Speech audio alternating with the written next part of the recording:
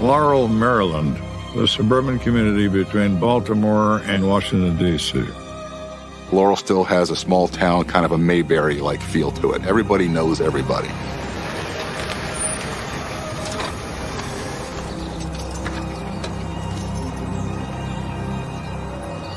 Ann Donnelly, who is a private care nurse, is reporting for duty. Her charge is a 26-year-old Jasmine Gilbert, who suffers from cerebral palsy. Hello? Nan?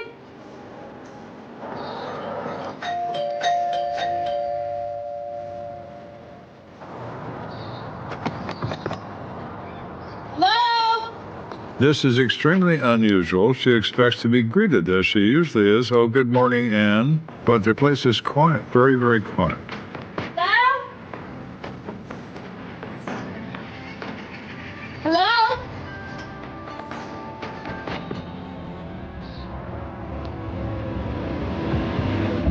She goes to the back door, the patio door. Tina? The door's unlocked. James?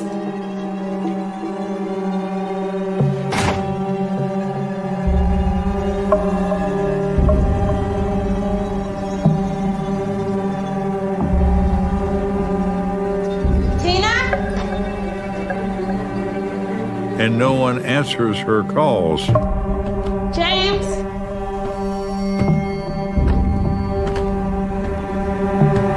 And then she was the one that found the bodies and found this horrific bloody scene in the bedroom.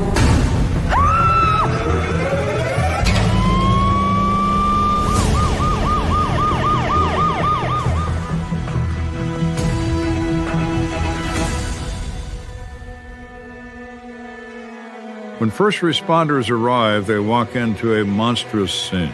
Jasmine's mother, 45-year-old Tina Towler, is dead on the bedroom floor, along with 42-year-old James Ferguson. The bedroom is chaos, and back tucked off beyond the bed is another bed with covers.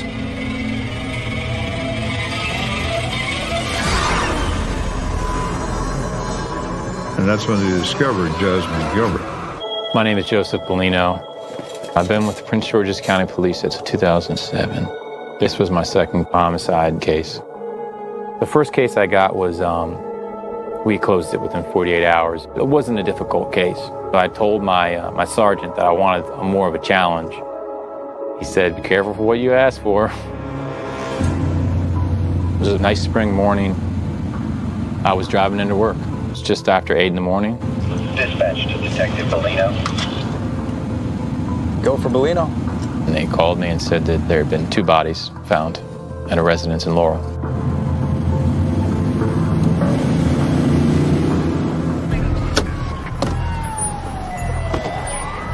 When it comes to investigating a case, I want to live and die by my own hand. So for me, getting to the scene of the crime and to be involved in the decisions is essential. Detective Bellino is informed there is the 26-year-old cerebral palsy patient who is apparently unharmed. There's no visible injury to this girl, but they still had her removed to be medically examined. But her mother, Tina Towler, and her boyfriend, James Ferguson, are dead on the bedroom floor. Tina and I were best friends. My husband and I end up moving into the same neighborhood, and that's probably how our friendship evolved. We would bring the kids together, do cookies for Christmas time. I taught her how to drive a stick shift.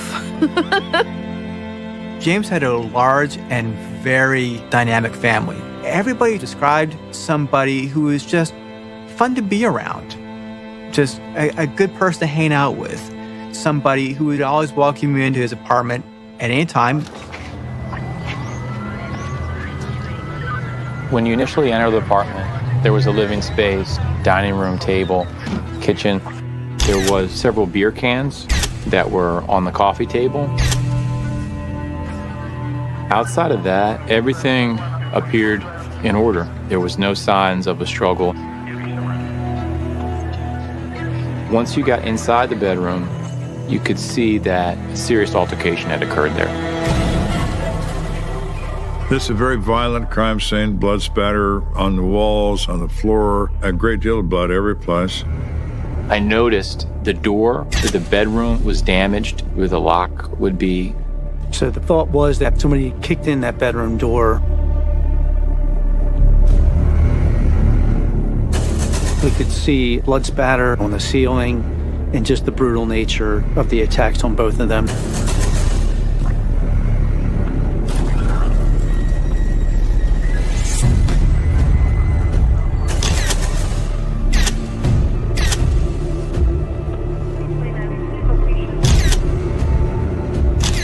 There were pots, there were pans, there was a vase that was shattered, broken on either sides of the bedroom. Must have been one hell of a struggle.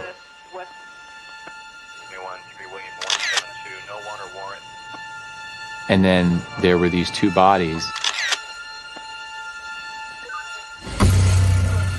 Tina was found at the foot of the bed. She had multiple stab wounds to her back, the lower back area. Her face had been heavily beaten. And he is immediately struck by something very unusual. She had the imprint of what looked like EVE on her forehead. One of the first images I remember that will never leave my mind is looking at Tina's body and to see the letters imprinted on her forehead. That's a critical piece of evidence. And what does that mean? Next to her on the floor, flat on his back, is James Ferguson. He had multiple sharp force injuries, stab wounds to his hands and chest, upper body. He's also wearing a leather pouch on his belt, the type that's worn that contains a knife. The pouch is empty and the snap closure is open. So did that knife somehow become involved in this offense? When you have a boyfriend-girlfriend dead in a home or in a residence, I mean, you always have to examine whether it's a possibility it's a murder-suicide. But Bellino looks at these bodies and notices immediately that can't be true. Mr. Ferguson has extreme blunt trauma injuries to his face. He didn't beat himself up. Tina Tyler has the same thing. They were both attacked by someone else. This is a double homicide. I've never seen a case like that. This was a horrible, horrible killing. When we continued to look through the apartment in a bathroom that was just adjacent to their bedroom, there was a knife that was unfolded that was in the sink next to a bar of soap. We also found a towel nearby. That knife came from the sheath that's carried on Mr. Ferguson's waist. Did he pull that knife to try to defend himself and it was taken away from him and then used against him? It's likely that's true.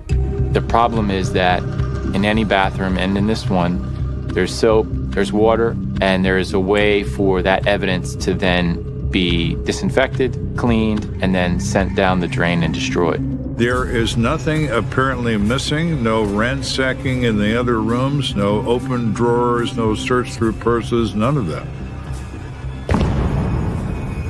The purpose of this event is murder, nothing else. The victims, 45-year-old Tina Tyler and her boyfriend, 42-year-old James Ferguson, found beaten and stabbed to death in the bedroom of their apartment in Laurel. Police say they found no sign of forced entry. The victim's daughter wasn't hurt. She is a witness to the crime, and she is now in the care and custody of the state of Maryland. We hear about murders all the time, in the state and in the region. The fact that her daughter was there and witnessed it and, in her physical condition and really put a tragic, sad twist on the whole thing. When Jasmine was born, she was diagnosed with cerebral palsy and given 3 months to live. Obviously, at the time of this double homicide, she had outlived those expectations.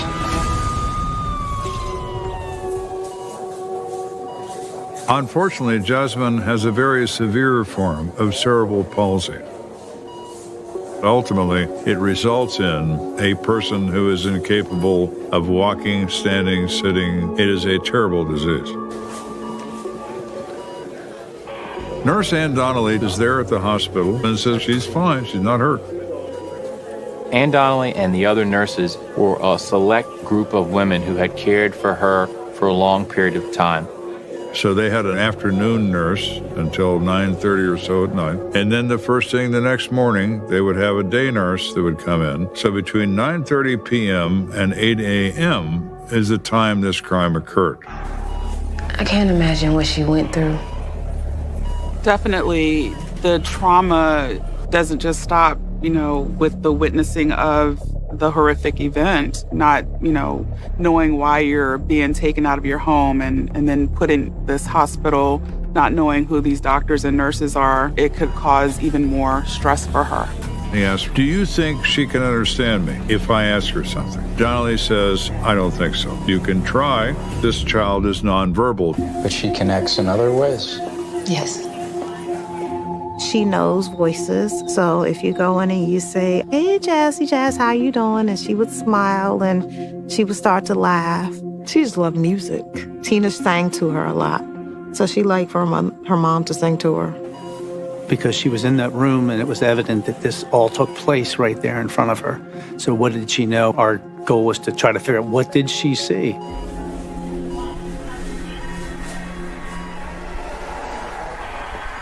Jazzy, honey, it's Ann. You're in the hospital.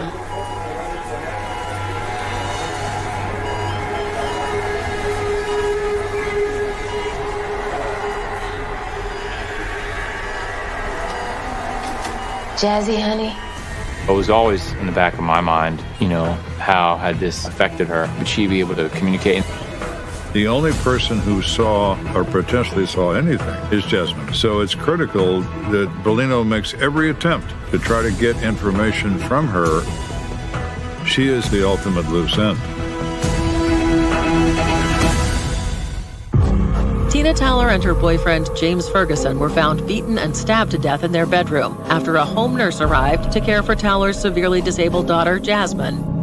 The daughter was in a location where it would be reasonable that she would have been either had witnessed the homicide or a portion thereof.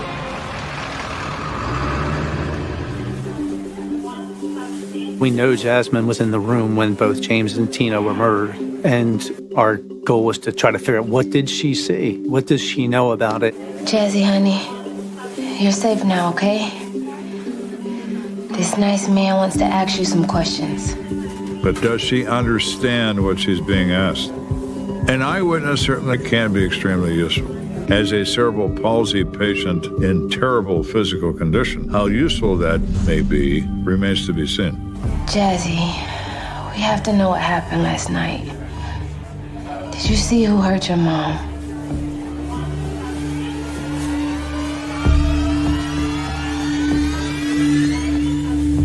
It's disappointing to know that somebody who was present during the crime is not going to be able to give us information that we really need.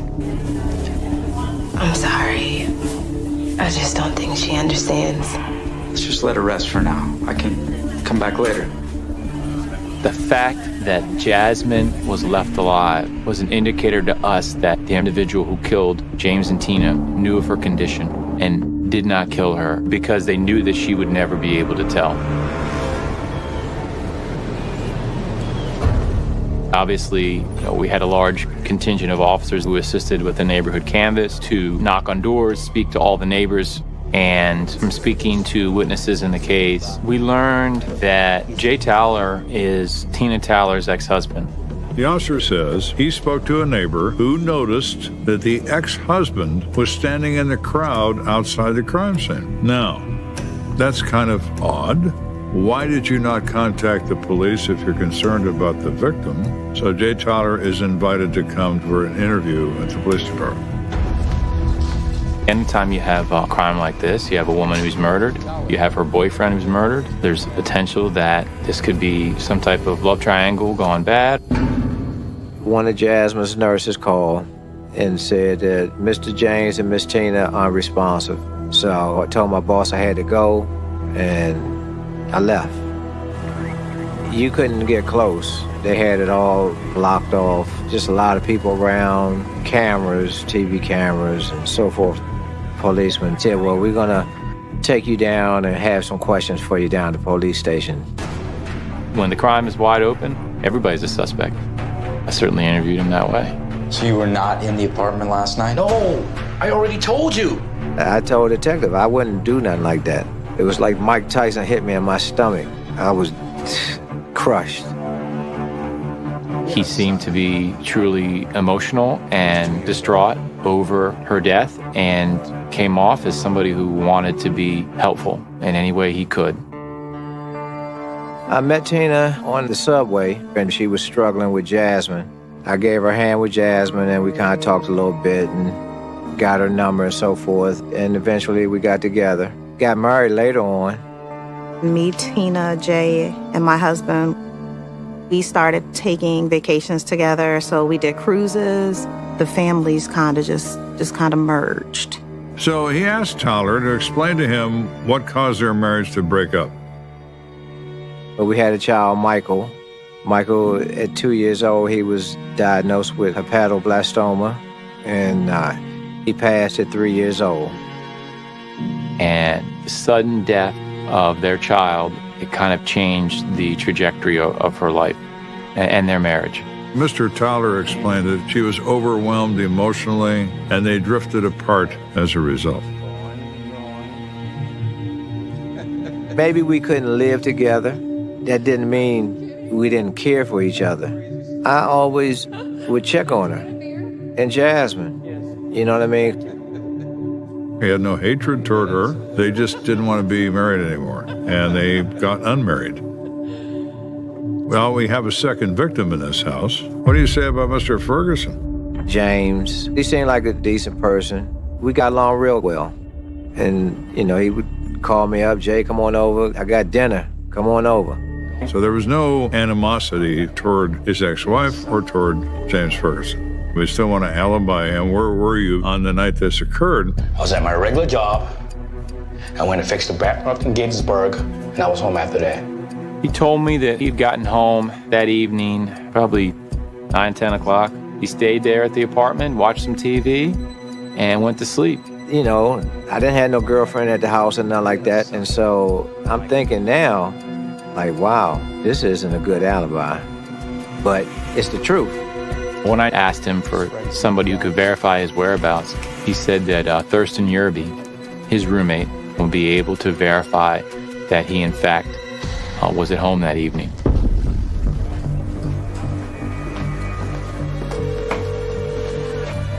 Mr. Yerby, I'm calling in reference to Jay Towler.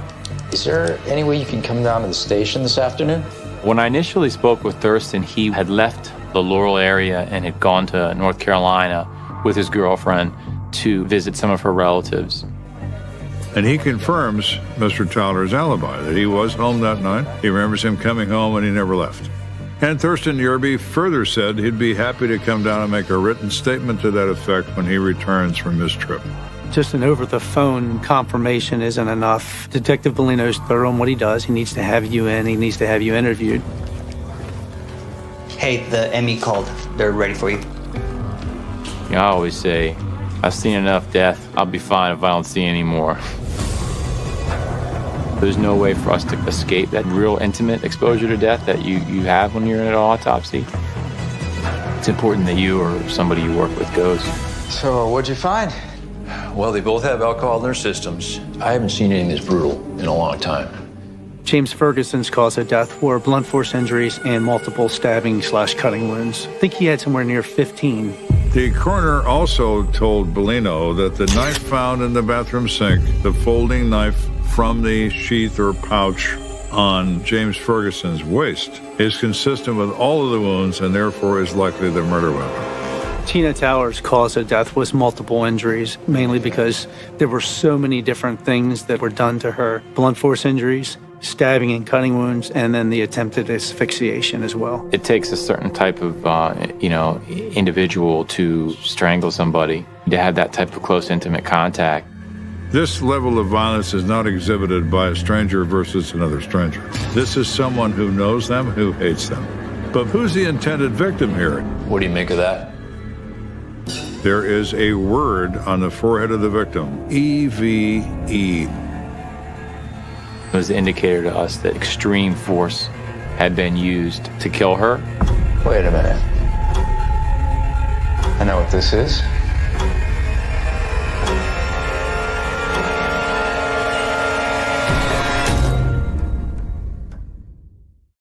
The victims, 45-year-old Tina Lynn Towler and 42-year-old James Bell Ferguson, lived together in the apartment. Detectives recovered multiple murder weapons from the scene, including household items and a knife. The exact motive for these murders is still unknown.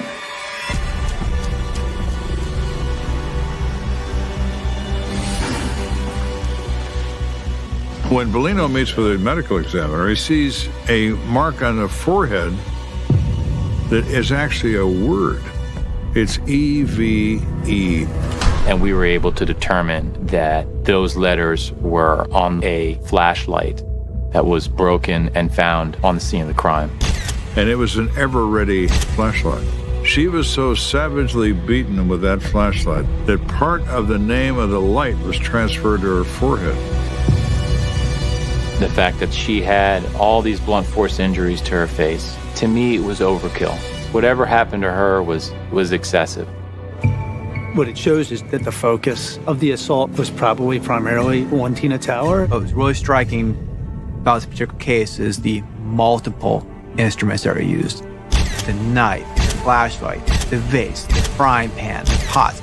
This is somebody who is clearly acting in rage at that point. He's determined to not just kill them, but seriously kill them.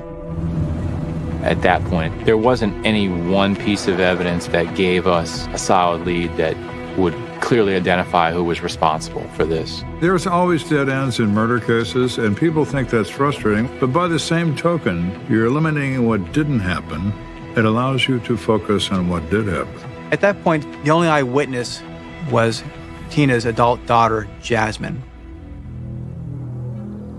Early on, I was informed that Jasmine was non-communicative, but I started to explore the possibility that there are other individuals who don't speak traditionally as we do, but are able to communicate in other ways. Bellino did a lot of research before he attempted to contact Jasmine again. He looked at medical research. He talked to a team of people who are familiar with this disease. It's still clear to Bellino this is a nearly impossible task, but he's willing to attempt it because he doesn't have another option at the moment.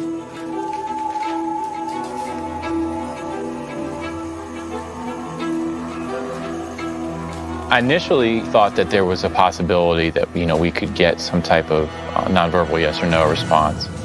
And in the news today, at that point, she was at a home. It wasn't quite a nursing home, but they took care of adults with various disabilities. Last week in the river. Full report coming up later. The benefits of laughter. It's no secret that laughter makes.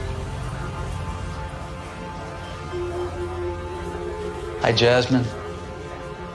I'm Detective Bellino. She smiled. She gave signs of recognition to the nurses when they entered the room, and I attempted to talk to her. So somebody was in your room that night.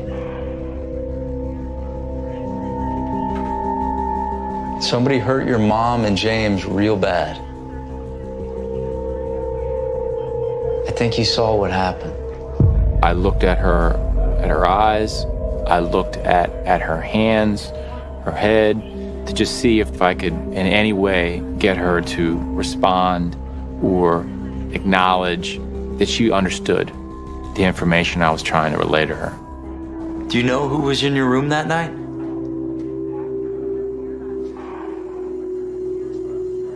Jasmine, do you know who killed your mom?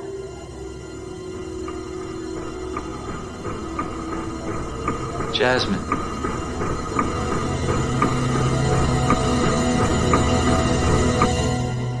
From everything that I could gather, she was not understanding any of the information I was attempting to present to her. Thank you, Jasmine. There was no indication that she had any idea what he was talking about.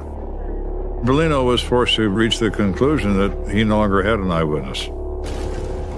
Jasmine was incapable of providing him with any information whatsoever. So the case proceeds as if she wasn't even in the room. We need a fresh look at this. Forget what's happened so far and start over.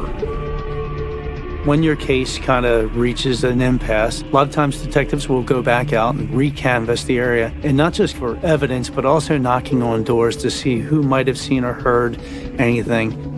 You don't always find everybody the first time. You contact every door again, see what happens.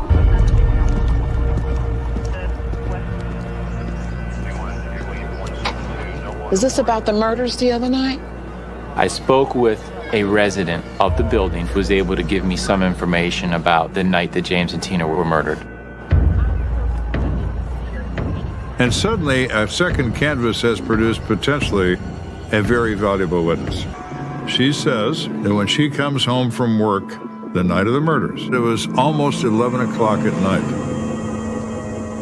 She said that there was a large white SUV that was outside the victim's apartment.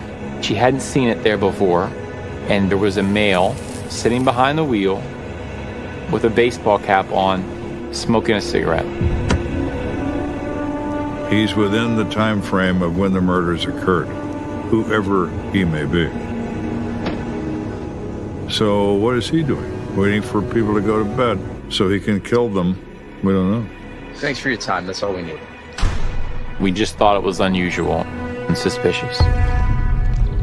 Bellino's next move is to check in with the forensics team. DNA evidence was vital. It's essential in us being able to identify the killer.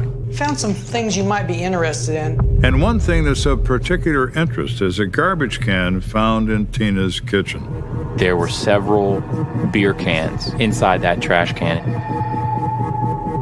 And then underneath what looked like a large white disposable cloth, it turned out to be like a nurse's smock. That's the evening nurse throwing it away when she left at 9:30. Those beer cans that were on top of the smock were placed there after she had left. Some of the beer cans were compared and determined to have the DNA of James Ferguson, but there were other cans that had the DNA of an unknown individual. It's important that we recover DNA from everybody involved or potentially involved in this crime. Jay Tyler has asked for a DNA sample, which he freely offers. I knew my DNA and stuff was there because I'm there every day checking on them, but I give it to you anyway. I mean, I don't have nothing to hide. So he provided a DNA sample. The one last thing that we had to do to truly eliminate him was to interview an alibi witness. That person was Thurston Yerby. Thanks for coming in, Mr. So Thurston Yerby drove to the police station, came and met with me. He was an electrician who worked with Jay Towler. Because of their work together in home remodeling, they decided to get an apartment together.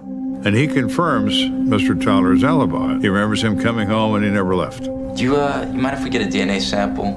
I asked Thurston if he was willing to submit a sample of DNA for the purpose of elimination. I wasn't even certain that I was going to take it because he's just an alibi witness, but I wanted to see his response. It's not going to be a problem, is it? I'm going to have to talk to my lawyer about that. When a witness tells you they're not willing to give a DNA sample, it raises red flags. Bellino knows this is something to pay attention to because he's reacting, the hair standing up on the back of his neck. He started to get uncomfortable, and I could tell he was nervous. Is there any reason for your DNA or fingerprints to be inside Ms. Towler's apartment? Nope.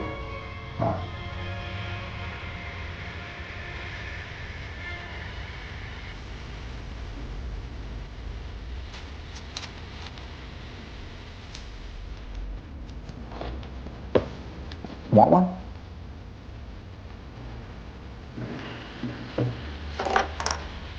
So Bellino uses a standard technique. He offers him a bottle of water. He takes a drink. If he leaves that behind, it's abandoned property, and they can test it for DNA and use it in court.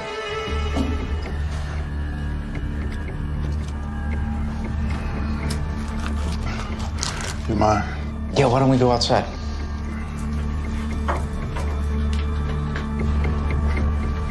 When Yerby leaves, he takes that bottle with him, puts the cap on it, and sticks it in his pocket.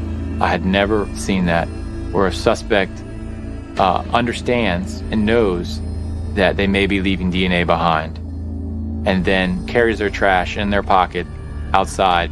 While we were outside, I continued to converse with him. He said Jay Towler was a contractor, and there were occasions where he would hire James Ferguson as well as Thurston Yerby to do some work for him in his contracting business. So Thurston knew and was friendly with at least one, if not both of the victims. So you knew Tina and James through your roommate Jay, but you hadn't been in the apartment recently? That's right. And I'm watching him smoke this cigarette all the way down to the last bit of tobacco.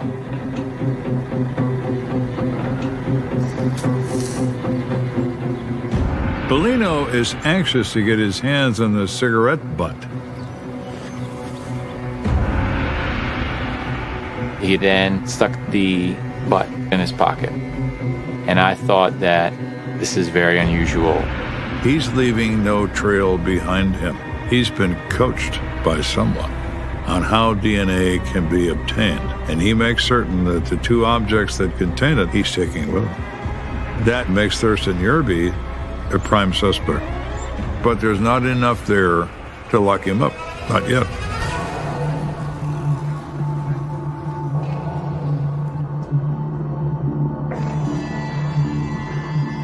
So now it's a hurry-up mode. Now the chase begins. They've got to get to people before Yerby does. Detective Bellino starts having people look into the background of Mr. Yerby and people that knew him. Could tell he likes to party. I don't know. Moody, I guess. You guys talking about that murder?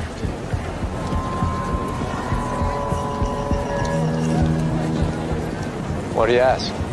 Because I'm pretty sure he had a thing with that dead lady. What? We came across and spoke with another witness who suspected that Thurston had had an affair with Tina. They had gone to a hotel room several months prior and had seen Thurston in a hotel room with Tina Towler in bed under the sheets. And her boyfriend, James Ferguson, didn't know. Well, now, isn't that interesting? So this is certainly something Bellino has not heard. That Tina Towler now has a perchance romantic involvement with Thurston Yerby.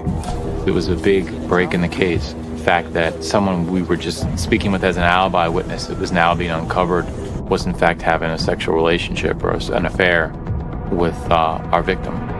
So that was huge. Sam said that on the night of James and Tina's murder, Thurston Yerby was at a party. He was intoxicated. Thurston Yerby was so out of control, drinking alcohol and using cocaine, that he was groping all the women at this party and got thrown out. What's the matter with you, man? Who's this? Hey, man, go home and sleep it off. The night's still young. I'm going to get laid. Maybe he's talking about going to see Tina. Not only is he drunk, his system is full of cocaine, which makes him superhuman in terms of strength and in terms of volatility. Do you remember what kind of car Mr. Yerby was driving that night? Yeah, it was a big SUV. Color? White. You're positive? 100%. Basically, you can hear the ding, ding, ding. Everything's fitting together. So Detective Bellino pretty easily learns that Mr. Yerby's girlfriend owns a white SUV, and Mr. Yerby drove that SUV frequently. So it's all starting to come together, but Bellino still does not have Yerby's DNA. And he can't get it without his consent at this point. But he does have his fingerprints because he has a record.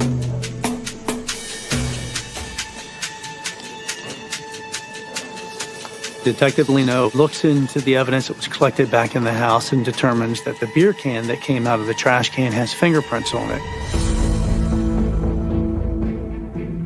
What do you know? The fingerprints recovered from the beer cans were identified to be those of Thurston Lamont Yerby. Proves that he was inside the residence after the time that the nurses had left While he had told us and told me he had never been inside the residence, that was a lie, and that he was the last person who was inside that home before the victims were murdered. Now, we can't ask the judge to order him to give his DNA. The judge says, you're hereby commanded to get the DNA sample of Mr. Thurston Yerby. Or as they say in Ireland, you're DNA doesn't lie. DNA isn't influenced, and DNA isn't interpreted. It either matches or it doesn't. And if it matches, Mr. Yerby has something he cannot explain.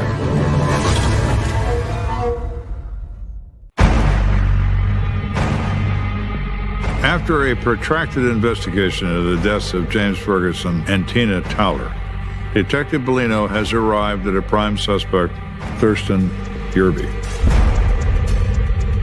We were able to get a warrant to obtain a sample of his DNA to compare it against evidence in the scene of the crime.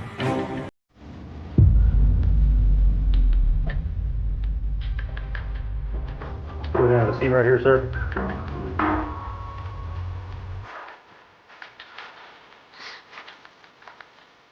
All right, open your mouth, please, sir. What if I don't?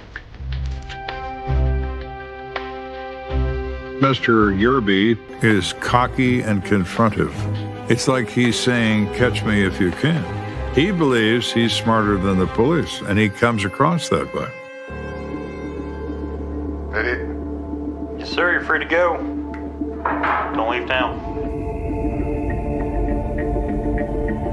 Bellino releases him pending the results of the DNA examination. 14 out of 15 alleles. It's about as clear as it gets. So this is a match? It's a match. Thurston Yerby's DNA is on the bloody towel in the bathroom, along with both victims' DNAs. His DNA is on the murder weapon, and his DNA is on the beer can in the trash can. Thurston can deny all he wants. The evidence is overwhelming, and it says otherwise. He was the culprit involved in these murders. When they finally have their warrant in hand, Yerby understands he's being looked for. He's on the move. He knows they'll find that evidence, particularly after they took that DNA sample. So he's a little elusive at the moment. We need to get him in custody. We didn't want a high-speed chase or some type of incident that would further danger the community.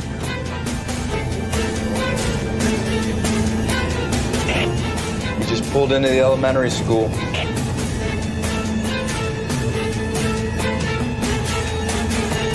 They find him at the school where his girlfriend works. It's definitely a dangerous situation. He is bringing himself and stopping at a location that has large amounts of small children. If he moves, they're going to follow him away from the school, stop him, and arrest him. But they want those kids out of there and gone before they try anything. And they do. They wait, and the kids come out. The kids leave the area. He's still sitting there. I don't know what he's doing there, but that's where he is. Let's move.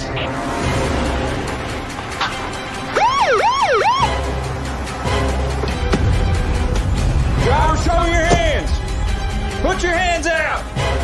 Step out and face away from me. Walk backwards. Stop. Lay down on your face. Thurston Yerby, you have the right to remain silent. If you give up the right to remain silent... We were fortunately able to get him in custody without anyone really coming too aware of it. But he says, in his same cocky, I know everything manner, you got one chance to convict me, and if you don't, I'm walking. The suspect wanted for the murders of a couple in Laurel is now in police custody. The Prince George's County Police Department obtained a warrant on Wednesday charging 47-year-old Thurston Lamont Yerby of Laurel with first-degree murder. There is a sense of satisfaction when you solve a case like this, and the detectives put a lot of hard work into this case, and it's very satisfying.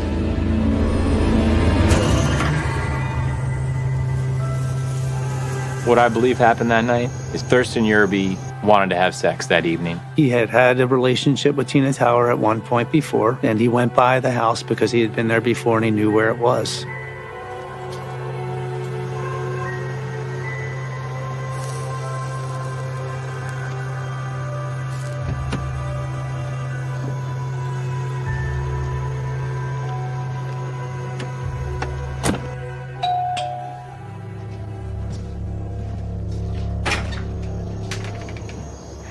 What are you doing here?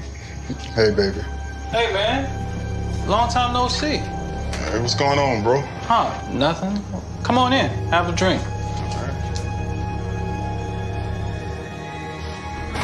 And it seems that Tina Towler and James Ferguson may have let him come in. I believe that he drank beer with James Ferguson and played it off as if he was there just to socially spend time and hang out. It looks like at some point when James Ferguson went into the bathroom that Thurston Yerby attempted to take advantage of that time.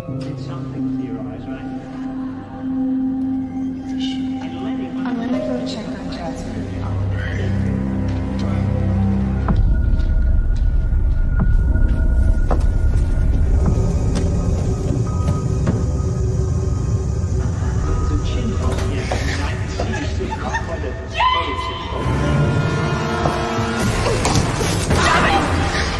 What the hell are you doing? James Ferguson probably pulled out the knife that he carries on his belt, and Thurston Yerby, who was stronger and bigger than James Ferguson, disarmed him,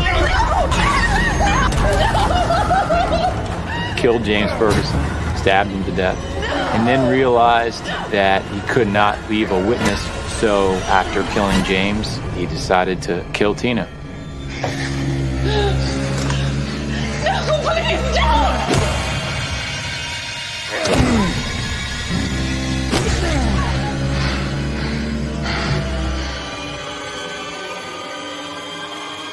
In my opinion, Thurston Yerby pulled that sheet over Jasmine's head so she couldn't see what was happening.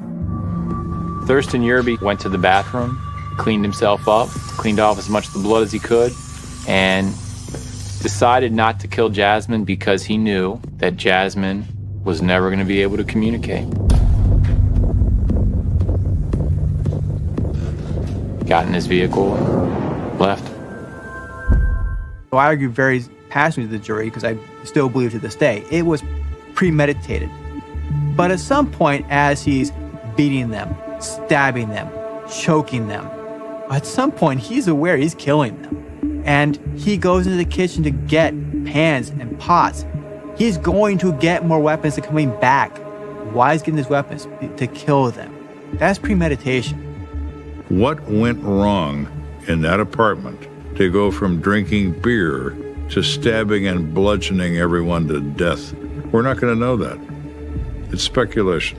Mr. Yerby isn't going to tell us. Thurston Yerby was convicted on 2 counts of second-degree murder.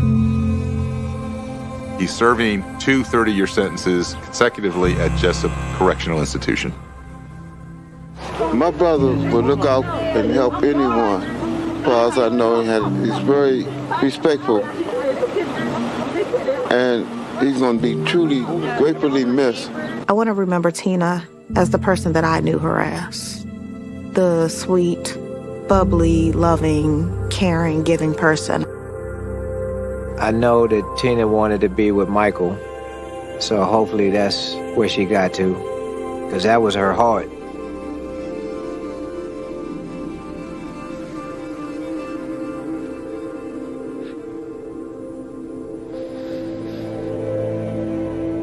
So there are many tragedies to this case. Probably one of the things that lingers with me so many years later, not just the savagery what happened to Tina and James, but what Jasmine must have been feeling, experiencing. She became a ward of the state and wound up in a state facility hospital. I hope that Jasmine can find peace and have an understanding of the lengths that we went to get justice for her and for her mother. Detective Bellino is representative of every homicide detective in this country. People who do the work because they find it to be important. You do it for the victims and their families because nobody else is ever going to.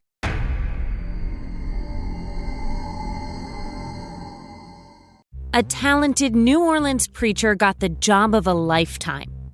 A week later, he was dead.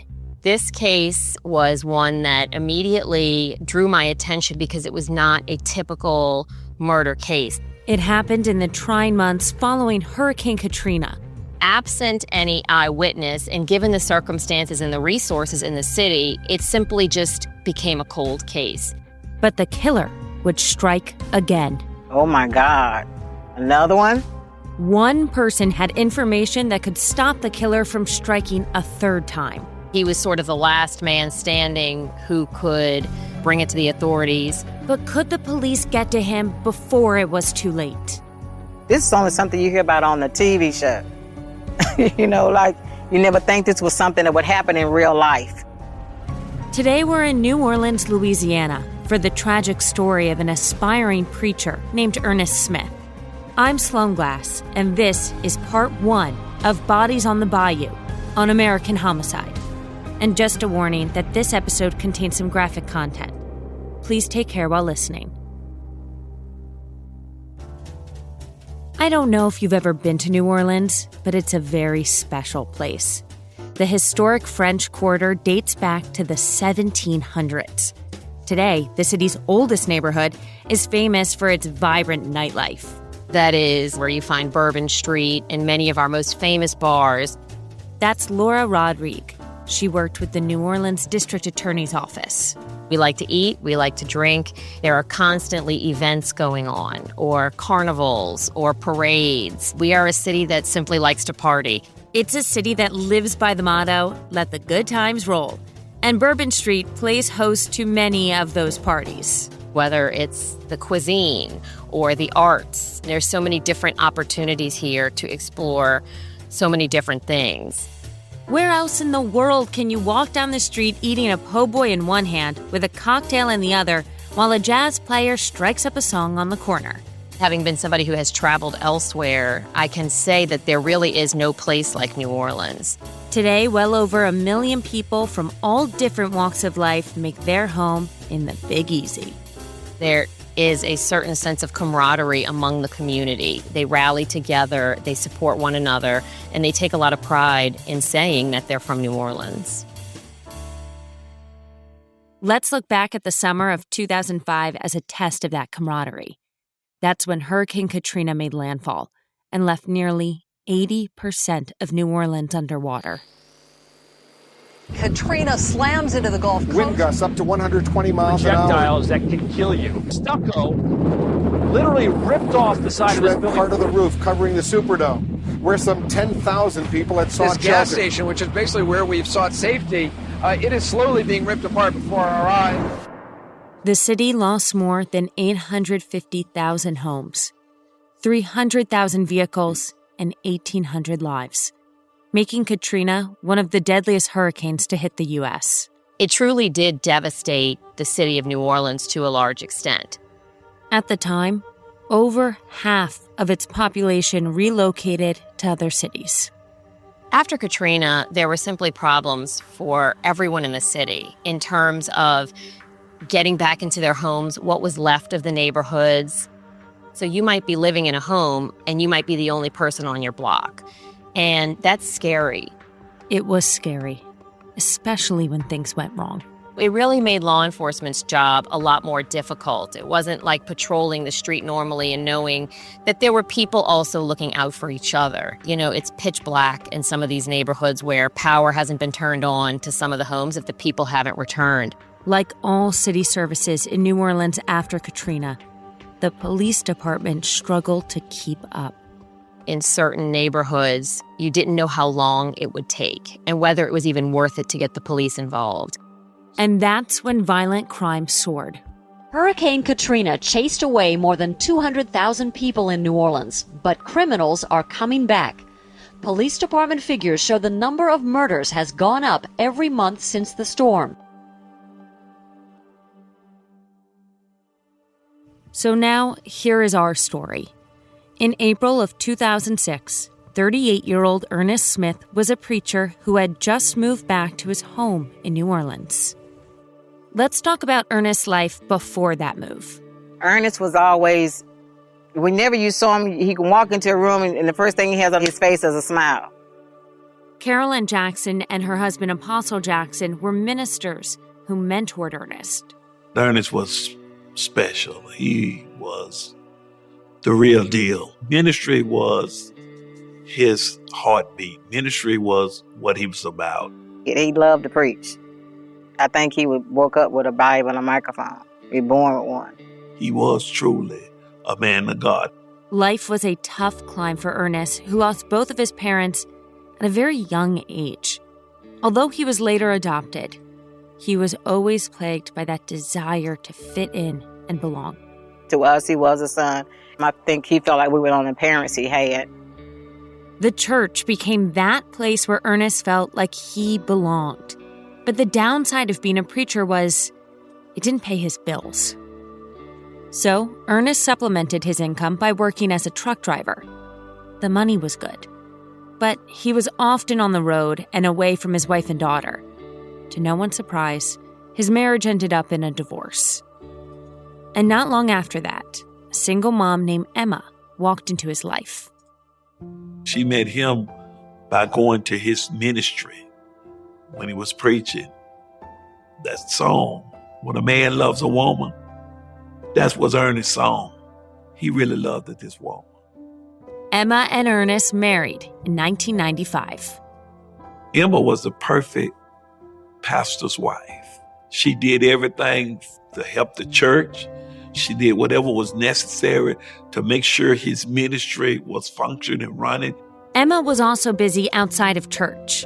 She prepared taxes, dabbled in real estate. She even sold beauty supplies. She sold wigs and all those other things that make you look girly. I guess you would say she was a jack of all trades. More than that, Emma was a go-getter. She grew up poor and always dreamed of living the glamorous life. She wanted to have nice things, so she went after the business world. She was busy. And it paid off. Every year or so, Ernest and Emma would upgrade homes and move into a place that was a little bigger and nicer. But when Hurricane Katrina struck New Orleans in 2005, it forced Ernest and Emma to temporarily relocate to Arlington, Texas. Emma came back to New Orleans. She came back because she needed to get back to her business, so Ernest stayed after she moved back here. They didn't come back together. Ernest liked Arlington. He wanted to stay because he had plans to build a church there. She wanted him to come back, but he was saying that he didn't want to come back. The battle over where to live put a strain on their marriage. Call us up and they want to talk to us about the marriage. I think that's when we found out that something was really going on. Apostle wondered whether there was more to the story, but he did what any preacher would do. I convinced him that he needed to give his marriage another chance. Ernest took that advice, and he took Emma on a cruise to help rekindle their relationship and put their marriage back on track. And he started looking for a full-time pastor job so he could spend more time at home. Then came a miracle. An opening at a mega church in Atlanta.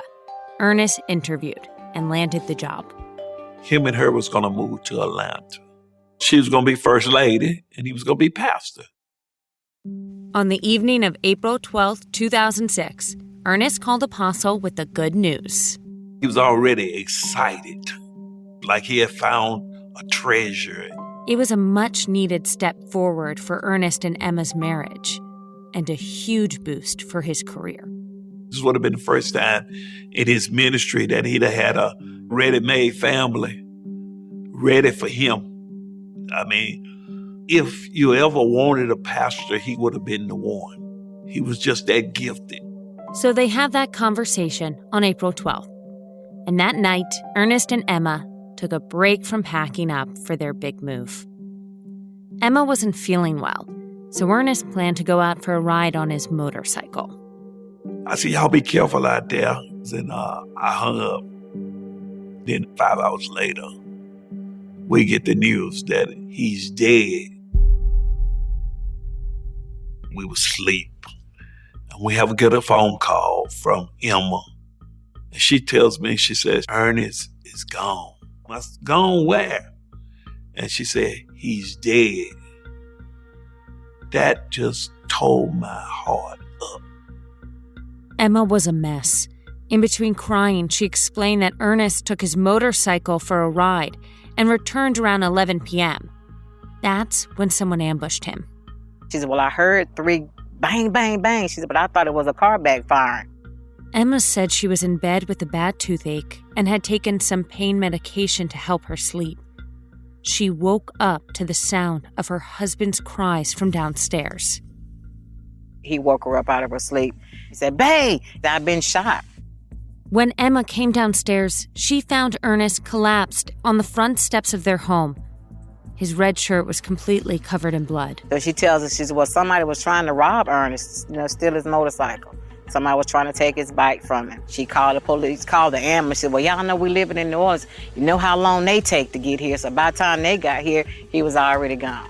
Ernest Smith, the gifted preacher who was just days away from being installed at a church in Atlanta, was now a casualty of the post-Katrina crime wave in New Orleans. At the time of Ernest Smith's death, the city was still very much suffering after Hurricane Katrina. Laura Rodrigue worked with the New Orleans District Attorney's Office.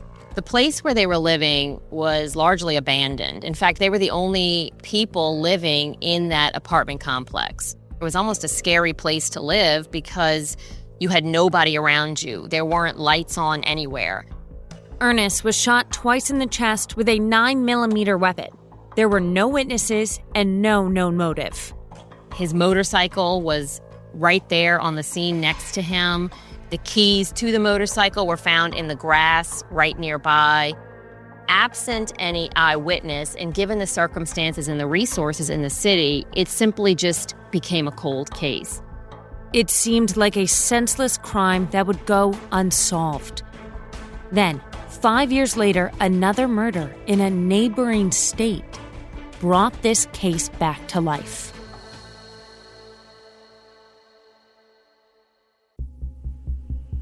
In the middle of the night, Saskia awoke in a haze.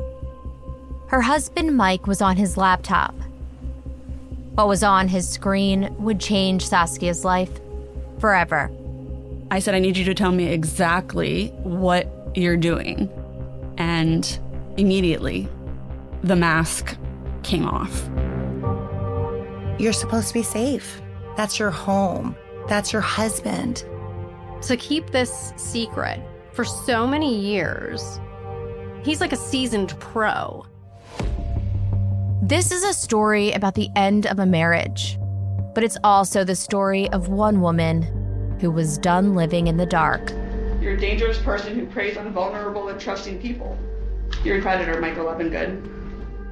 Listen to Betrayal Season 5 on the iHeartRadio app, Apple Podcasts, or wherever you get your podcasts.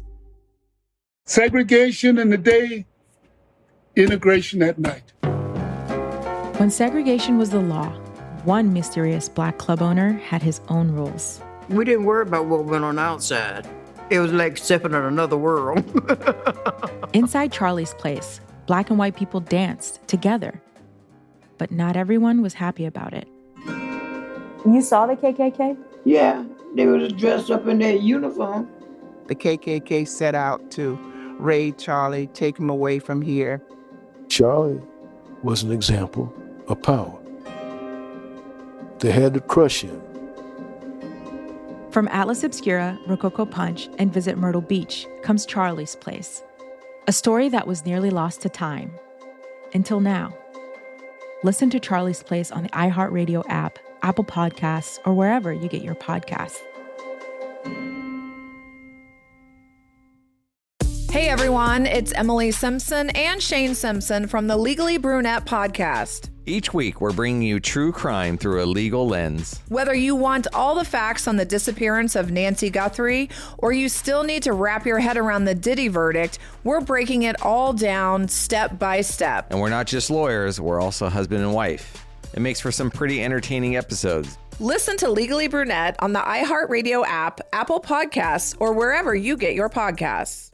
You know Roald Dahl, the writer who thought up Willy Wonka, Matilda, and the BFG.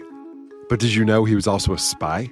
Was this before he wrote his stories? It must have been.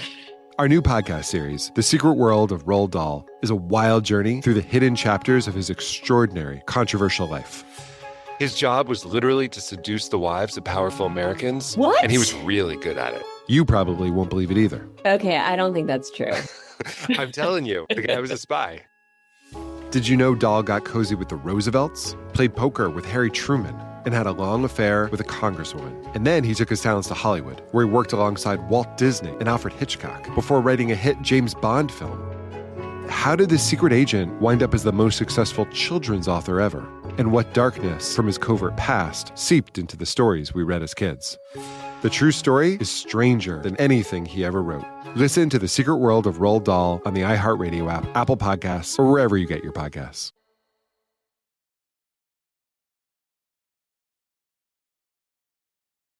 In 2006, Ernest Smith was about to begin his dream job as a pastor of an Atlanta church. But a few days before he and his wife Emma moved there, he was gunned down in front of his New Orleans home. His mentor, Apostle Jackson, performed his eulogy. The funeral was wall to wall. People's even standing up. At the request of his devastated widow, Apostle did something at the funeral he had never done before. He used his eulogy to urge anyone who knew what happened to Ernest to come forward. I was trying to convince them that somebody need to go to the police and try to find out what happened. It was heartbreaking for everyone, including Emma, who struggled to afford the proper funeral she felt her husband deserved. She was grieving. She had to borrow the money from me to bury him. When she got the insurance money, she did give me my money back. Even with Apostle's plea at Ernest's funeral, no new leads came in, and his murder remained unsolved. A year later, Emma started over. She moved to the tiny city of Poplarville, Mississippi, which is about an hour north of New Orleans, and built a home in the rural countryside. That's one of the most beautiful houses I ever seen in my life. There was a TV in every room. I'm talking a big screen TV in the bathroom. It was just beautiful. It is a lot less expensive to live in Poplarville than it is to live in New Orleans. But when Apostle and Carolyn visited Emma in her new home, they were in awe. The house had a swimming pool, a pond, and a boat, even a state-of-the-art security system. It was the perfect home on a street called Emma Lane. But even with the new house, they could still sense a lot of pain with Emma. Grief can do many things to a person, and Apostle's wife Carolyn was concerned with how thin Emma looked. This is our first time seeing her after the funeral. Been a while. And we look at her and say, wow, she had lost a lot of weight. There was also something else different about her. Emma Smith proudly announced she was now Emma Rain. A few months earlier, she had quietly married James Rain, a former military buddy of her late husband. Much like Ernest, James Rain was adopted, drove a truck, and was a few years younger than Emma. James said he looked up to Ernest almost like a big brother. And with Ernest gone, James seemed like the perfect person for Emma. She and I had an opportunity to just sit out on the front porch, and I told her, I said, well, this is it. This is what Ernest always dreamed of. This is what he wanted. They had a boat, the house, and the big pond. You had the big elaborate house on the inside, so you got everything. She said, yeah. And she's telling me how she missed him. She wished that he was there to enjoy all of that. I said, I wish he was here too. Emma finally had the life she'd always hoped to have with Ernest. But it would only last a short time. 5 years later, in 2011, Carolyn and Apostle turned on the nightly news and were left speechless. James had got killed. Emma called. She said she was out of town on a business trip. And then that's when they found him deceased. I'm like, oh my God. Another one? It's too much. It was just too much to deal with. It was unbelievable. 1 week before James Rain's 38th birthday, someone broke in and shot him while he was in bed. So this is like, whoa, this is like way too much, and it's way crazy that all these husbands are dying. How could someone lose their husband not just once, but twice, in such a cruel manner? That's crazy. That's crazy. Lord have mercy. Laura Rodrigue worked for the New Orleans District Attorney's Office. The police come out and essentially start trying to piece together what happened. They learned Emma was away on a business trip in Arkansas, and the last she heard from her husband, James, was sometime around midnight. By 11 a.m., she was worried. Emma Rain calls James's mother and says, "I can't get a hold of James. Can you go check on him?" So James's mother goes to the home. She goes upstairs, finds him shot in the head and in the neck, in the bed. She calls the police. There was nothing missing from the house. It appeared to be a targeted shooting. But why? It was a vacant area. There were no eyewitnesses to the murder. There wasn't a motive that was clear. The police department in the quaint town of Poplarville canvassed the neighborhood to find a lead. Poplarville is sort of a small town where everybody kind of knows everybody through a relative, a cousin, a friend, somebody you work with. They were getting a lot of statements, trying to navigate and piece together what could have happened here. If there's one thing about small towns, it's that people usually know everyone else's business. And the people of Poplarville knew some dirt about James Rain. The detectives learned that there had been issues of infidelity with James Rain. The two of them had engaged in a physical relationship for some time before Ernest Smith had been killed. Keep in mind, they were military buddies, and they stayed friends. The police learned James used to socialize with Ernest and Emma. James Rain and him had become friends during the military, and that's how they knew each other. In fact, James almost looked up to Ernest Smith like a mentor, somebody who he respected and would go to for advice. But that friendship ended when Ernest learned what they were doing behind his back. He had confronted James Rain in the past and was just determined to really fight for his marriage and to make it work. Ernest had been trying for a pastor job in Atlanta, and he knew no church would hire him if his marriage was on the rocks. So up until his death, he was trying to fix things with Emma.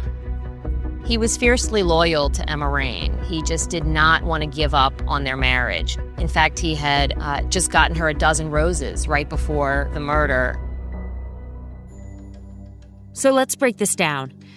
Emma was fooling around with James while she was married to Ernest. Ernest knew about the affair and confronted James. Then Ernest mysteriously got killed. A year later, Emma marries James, and then 5 years later, James was also mysteriously killed. It was certainly a strange set of facts. And while detectives tried to make sense of what was happening, the estate that James and Emma had built in Poplarville, Mississippi, burned to the ground. Luckily, no one was injured. But investigators ruled that that fire was arson. What was going on? So that, again, is very suspicious, very strange. This is a whole different ball game. With 2 dead husbands and 1 burned-down house, Emma Rain's life hit rock bottom. In search of another clean start, she left Poplarville and headed to Missouri, where her luck was about to change.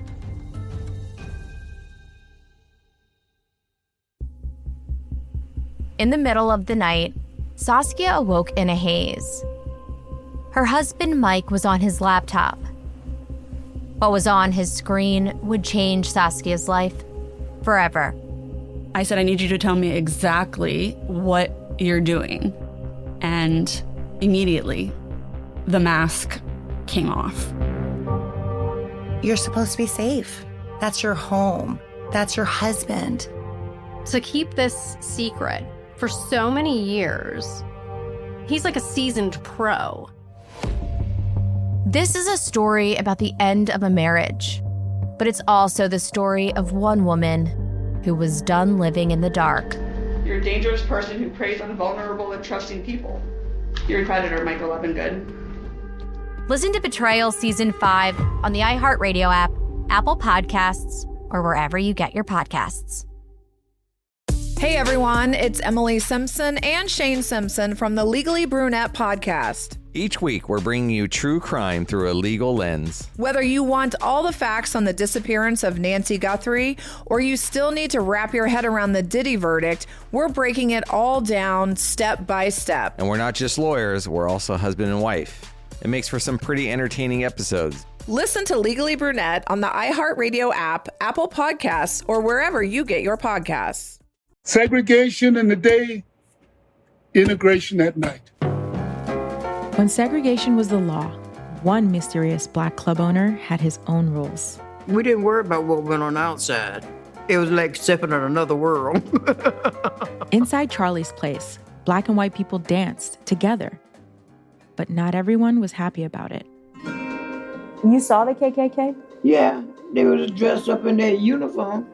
The KKK set out to raid Charlie, take him away from here. Charlie was an example of power. They had to crush him. From Atlas Obscura, Rococo Punch, and Visit Myrtle Beach comes Charlie's Place, a story that was nearly lost to time. Until now. Listen to Charlie's Place on the iHeartRadio app, Apple Podcasts, or wherever you get your podcasts. You know Roald Dahl, the writer who thought up Willy Wonka, Matilda, and the BFG. But did you know he was also a spy? Was this before he wrote his stories? It must have been. Our new podcast series, The Secret World of Roald Dahl, is a wild journey through the hidden chapters of his extraordinary, controversial life. His job was literally to seduce the wives of powerful Americans. What? And he was really good at it. You probably won't believe it either. Okay, I don't think that's true. I'm telling you, the guy was a spy. Did you know Dahl got cozy with the Roosevelts, played poker with Harry Truman, and had a long affair with a congresswoman? And then he took his talents to Hollywood, where he worked alongside Walt Disney and Alfred Hitchcock before writing a hit James Bond film. How did this secret agent wind up as the most successful children's author ever? And what darkness from his covert past seeped into the stories we read as kids? The true story is stranger than anything he ever wrote. Listen to The Secret World of Roald Dahl on the iHeartRadio app, Apple Podcasts, or wherever you get your podcasts.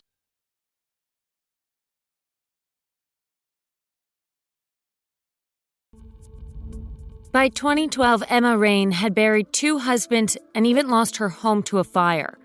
Police couldn't make sense of it. Across the 2 homicides, there were no suspects, no arrests, not even so much as a lead.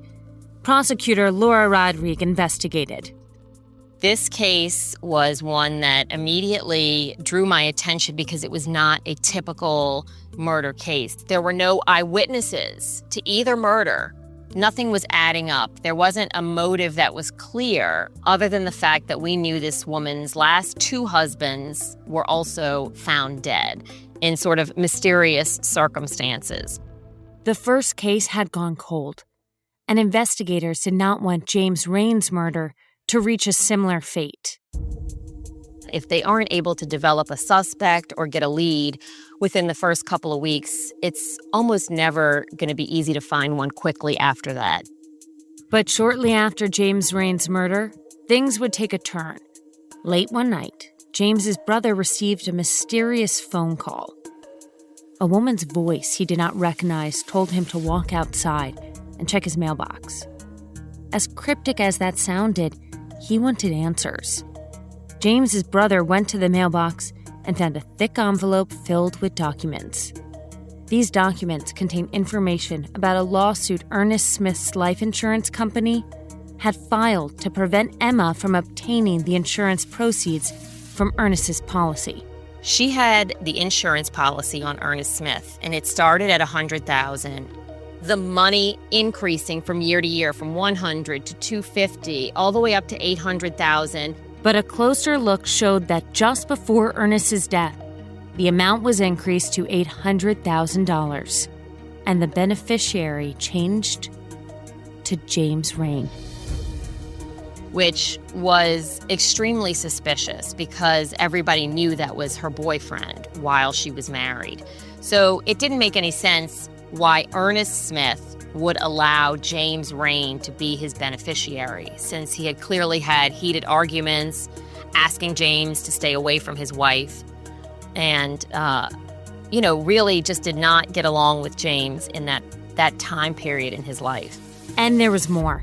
These documents also indicated that James Rain had been involved in Ernest Smith's murder. How is it possible that an insurance company could put 2 and 2 together, but detectives couldn't? If this is actually true, if they actually prove this is shocking. All right, so this is getting really weird, especially for James Rain's brother. He's just found out that the insurance company blamed his brother James for the death of Ernest Smith. So he shares this with a couple of his trusted relatives, including his other brother, Alfred Everett. James Rain's murder leads to what we learn is sort of an uneasy feeling that Alfred Everett is going through. He was nervous. He has a moment where he feels like he needs to talk to somebody and that he has to get this off of his chest. Obviously, Alfred's strange behavior concerned the group, so they did something weird too. They drove him out to the middle of nowhere so they could talk candidly. During that conversation, Alfred Everett admits that Emma and James had paid him to shoot Ernest Smith, that there was a life insurance policy. He was supposed to get $100,000 from it, and that's why he shot Ernest Smith. After keeping this secret for 5 years, Albert's conscience finally got the best of him, and he shared what happened on April 12, 2006. Alfred Everett parked down the street. Again, during this time, it would have been too dark for anybody to sort of locate what would be considered a suspicious car or something out of the ordinary. Alfred revealed he sat and waited that night for Ernest to return from riding his motorcycle. He runs up, he shoots, and exits the scene as quickly as possible to jump in the car to head back toward Mississippi. On the way back, Alfred said he threw the gun in Lake Pontchartrain, which borders New Orleans. The bridge over Lake Pontchartrain is also known as the Causeway, which is the world's longest continuous bridge over water. Lake Pontchartrain is a very, very large lake, so there was really very little to no chance that we would ever recover that weapon. It's often speculated how many weapons could possibly be at the bottom of Lake Pontchartrain, just to give you an idea of how massive the lake is. So let's sort through this. Alfred, James Rain's brother, said he was hired by James and Emma to murder Emma's first husband, Ernest Smith. And he did it for a cut of Ernest's life insurance money. However, Alfred claimed he had absolutely nothing to do with his brother James Rain's murder. The group knows they're all going to sort of make a decision what to do with this information and how to sort of protect Alfred to whatever extent they can, but also have him acknowledge what he has done. He was sort of the last man standing who could bring it to the authorities. They certainly wanted Alfred to do the right thing, but they also wanted to somehow protect him. And so they offer to help him get an attorney. They advise him that he should report this to the authorities, and Alfred says that he will. He promises that he's going to tell the police, he's going to come clean, and he's going to accept responsibility for what happens. But Alfred never went to the police. He just disappeared, leaving his relatives even more conflicted. They wondered, was Alfred hiding out? Was he being honest when he said he wasn't involved in James's murder? Or worse, was he killed? There were so many moving parts. There were dead bodies, life insurance policies. They were left with very little options. So the family's caught between a rock and a hard place. So what did they do? They decided to call a detective they saw on TV. They see Decinda Barnes on a televised episode of a case that she had handled, a cold case in New Orleans, and decide to randomly reach out to her in the New Orleans Police Department. Relatives of James Rain came to police headquarters after seeing me on a Channel 6 news. James's brother and uncle were impressed by how Detective Barnes cracked an unrelated cold case, and they felt she was the person to help them. They'd recently learned about the brother being involved, Alfred Everett. And as soon as they tried to give him the opportunity to come forward and to speak to the authorities, and when he refused, they had to, I guess, take matters in their own hand, and they had to advise the authorities of what they were able to learn. They handed over the insurance documents that mysteriously wound up in the mailbox of James Rain's brother. Think about that. How did that happen? And then they shared Alfred Everett's confession with Detective Barnes. That could not have been easy. A lot of witnesses come forward after their family members are murdered, and I guess they feel for that family. And now they can put their self in that family's shoes, so that allows them to, I guess, have a come-to-Jesus moment. Prosecutor Laura Rodrigue worked with Detective Barnes. I remember Jacinda and I kind of sitting down and being like, whoa, it was just not your typical case. No, it wasn't. And now the New Orleans PD reopened the murder investigation of Emma Rain's first husband, Everett Smith. As soon as she sat down with them and they gave her the information and she was able to pull the cold case file, it was very obvious to her that this was making sense. And wait for this. Once everything came into focus, the police would find another victim. He was tragically hit by a vehicle. And there was a growing fear that there were more. This was somebody who had no regard for human life at all. And it will all hinge on finding Alfred Everett. We had a murder for hire, somebody killing husbands to make a living.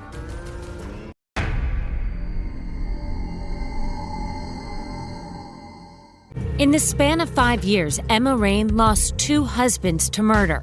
Nothing was adding up. There wasn't a motive that was clear, other than the fact that we knew this woman's last 2 husbands were also found dead in sort of mysterious circumstances. And then, finally, the police closed in on the killer. But then he disappeared. We had somebody killing husbands to make a living, and that's scary. Today we're in New Orleans, Louisiana for the conclusion of Bodies on the Bayou. I'm Sloan Glass, and this is American Homicide. And just a warning that this episode contains some graphic content. Please take care while listening. With winds of over 155 miles per hour, Hurricane Katrina struck New Orleans in August 2005. The Category 5 storm brought massive flooding and devastation that forced tens of thousands of New Orleans residents to evacuate. Not everybody came back, but crime was one of the first things to come back to the city. Journalist John Simmerman writes for the Advocate newspaper. The police department in New Orleans was in chaos during that time. It was pretty lawless around here after Katrina. Katrina forced hundreds of people who worked as police officers to evacuate, and the flooding kept many from returning. The police can't protect the city from a hurricane, only from what comes later. The question is, after Katrina, can New Orleans police come back as quickly as crime? An understaffed and overwhelmed New Orleans PD had to patrol a city that historically has had a high murder rate. There was a run there where it was the per capita leader in homicides in America. It's, first, second, third, fourth every year. It's up there. We have a murder problem in New Orleans. The crime rate in New Orleans usually runs about 150% higher than the national average. That's remarkable. So with more crime and fewer cops, many of the post-Katrina murders went unsolved. That was tough. I don't think their success rate in closing murder cases was very high back then. The case of Ernest Smith was one of those unsolved cold cases. As we shared in the previous episode, Ernest was murdered in front of his New Orleans home in April 2006. Somebody came up on him and shot him in the doorway there. Apparently he'd fallen into the house, the bottom of a stairwell inside there, which sort of created a bloody scene. The police investigated, but there were no arrests. It was still barren around there. There weren't a lot of people living out there. I mean, if you were going to kill somebody, that wouldn't be a bad place to do it. After the case went cold, his widow Emma moved to Mississippi. A year later, she married Ernest's military buddy, James Rain. After his killing, it wasn't long before she had moved back there, wed, and settled into a house that was bankrolled in part by the insurance money from Ernest Smith. By 2011, tragedy struck Emma yet again. James Rain was killed. He was shot up badly at the house he shared with Emma Rain. It looked to be very deliberate. That's when James's stepbrother, Alfred Everett, started acting strangely. His relatives noticed he appeared nervous and uncomfortable and wondered if maybe he knew something about James's murder. The family questioned him, but Alfred said he had nothing to do with it. But after a lot of back and forth, he shocked them all when he admitted to a different murder. Alfred Everett had told them that he had shot Ernest Smith and said he threw the gun in Lake Pontchartrain on his way back to Mississippi after the shooting. Alfred said he killed Ernest for a few $1,000s, but he never got paid. He didn't get that. He got 2 clunker cars, he said, from James Rain. Alfred said Emma and James were having an affair at the time, and the two wanted Ernest dead so they could collect his life insurance. A policy, by the way, that Emma had just increased. In the months before Ernest Smith's killing, she had not only ratcheted up her insurance policy, but also added James Rain as a 50-50 beneficiary. After this confession, Alfred promised his relatives that he'd go to the police and tell them everything. But instead, he disappeared. Eventually, they called police themselves and turned him in. In 2012, they phoned Detective Decinda Barnes of the New Orleans PD. Decinda Barnes was a cold case detective, and family members of James Rain called her wanting to relay information that Alfred Everett had shot Ernest Smith. Detective Barnes reopened preacher Ernest Smith's cold case, started digging into the strange dynamic between Emma, her second husband James, and his stepbrother Alfred. Prosecutor Laura Rodrigue also worked the case. I remember saying to her, "What is going on here?" And her kind of breaking it down for me and explaining to me what was her take on things. The first thing they looked at was the police report from the night Ernest Smith was murdered. He is shot 2 times and killed. He is clearly shot outside first, stumbles his way inside, and collapses on the steps where he will subsequently die.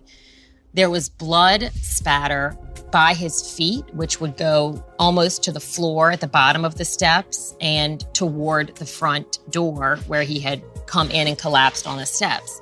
Emma told detectives she was upstairs in bed when she awoke to the sound of Ernest calling out for help in the doorway of their townhome. Emma Rain tells the detective that she had been upstairs sleeping in her bed the whole night because she had a terrible toothache and she had taken some over-the-counter pain medication. Well, in the crime scene photos, the bed was perfectly made. So it didn't seem to make any sense that she had been in her bed all day. We certainly wouldn't have expected her to hurry up and quickly make her bed before the police arrived, as her husband was dead on the steps. The report also noted that Emma looked pristine. She didn't have a drop of blood on her. No indication she had hugged him, touched him, nothing as he died on the stairs. It turns out that none of what Emma told detectives on the night of Ernest Smith's murder fit with the physical evidence. The blood was completely perfect. There were no footprints, nothing was smeared, which indicated that she could not have been in her bed upstairs sleeping because she would have had to go around him and step into the blood in order to go outside, call the police, anything of that nature. There was just simply no indication that she had been upstairs. So that did not add up. And there was more. Emma Rain sat in the police unit for a while as they were sort of navigating through the scene. And it was during that time that it was learned via the phone records that either a phone call or a text message or some communication had gone to James Rain from the crime scene that night.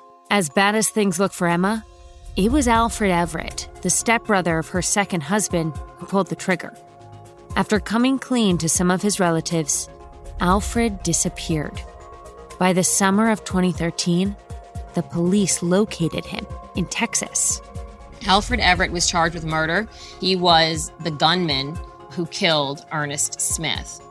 They arrested Alfred, but he wasn't talking. So detectives then turned their attention to Emma, who was looking less like a grieving widow and more like a conniving killer. So we believed that Emma Rain had orchestrated the plan. She had, through probably James Rain, acquired the assistance of Alfred Everett.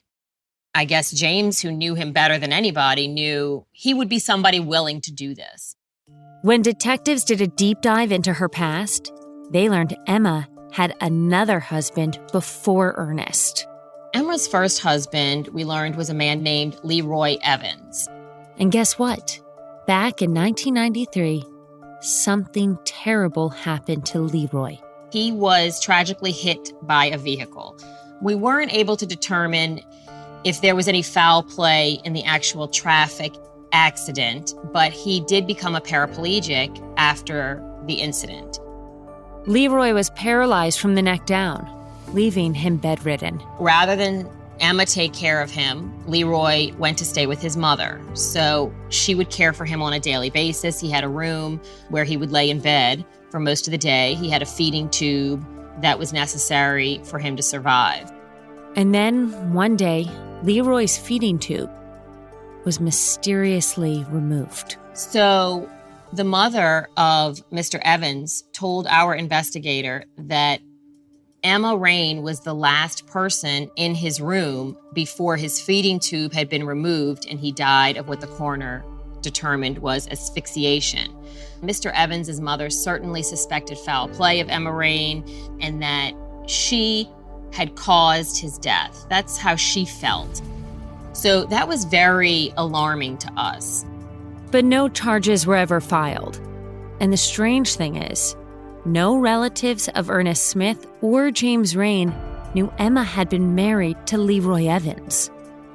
Leroy Evans died in 1994, and according to Ernest's obituary, it said Emma married Ernest in 1990. Let me read you one sentence from his obituary. He was united in holy matrimony to Emma Judge on November 17, 1990, who is the love of his life, his soulmate, his bae, as he often calls her. That's where you sort of have to say, all right, what's going on here? Finally, investigators saw this string of dead husbands with hefty insurance policies and labeled Emma the Black Widow. The money was the most important, and she wanted that money more than anything. Detectives didn't think Emma could be any more cold-blooded than that. But what they learned next proved them all wrong.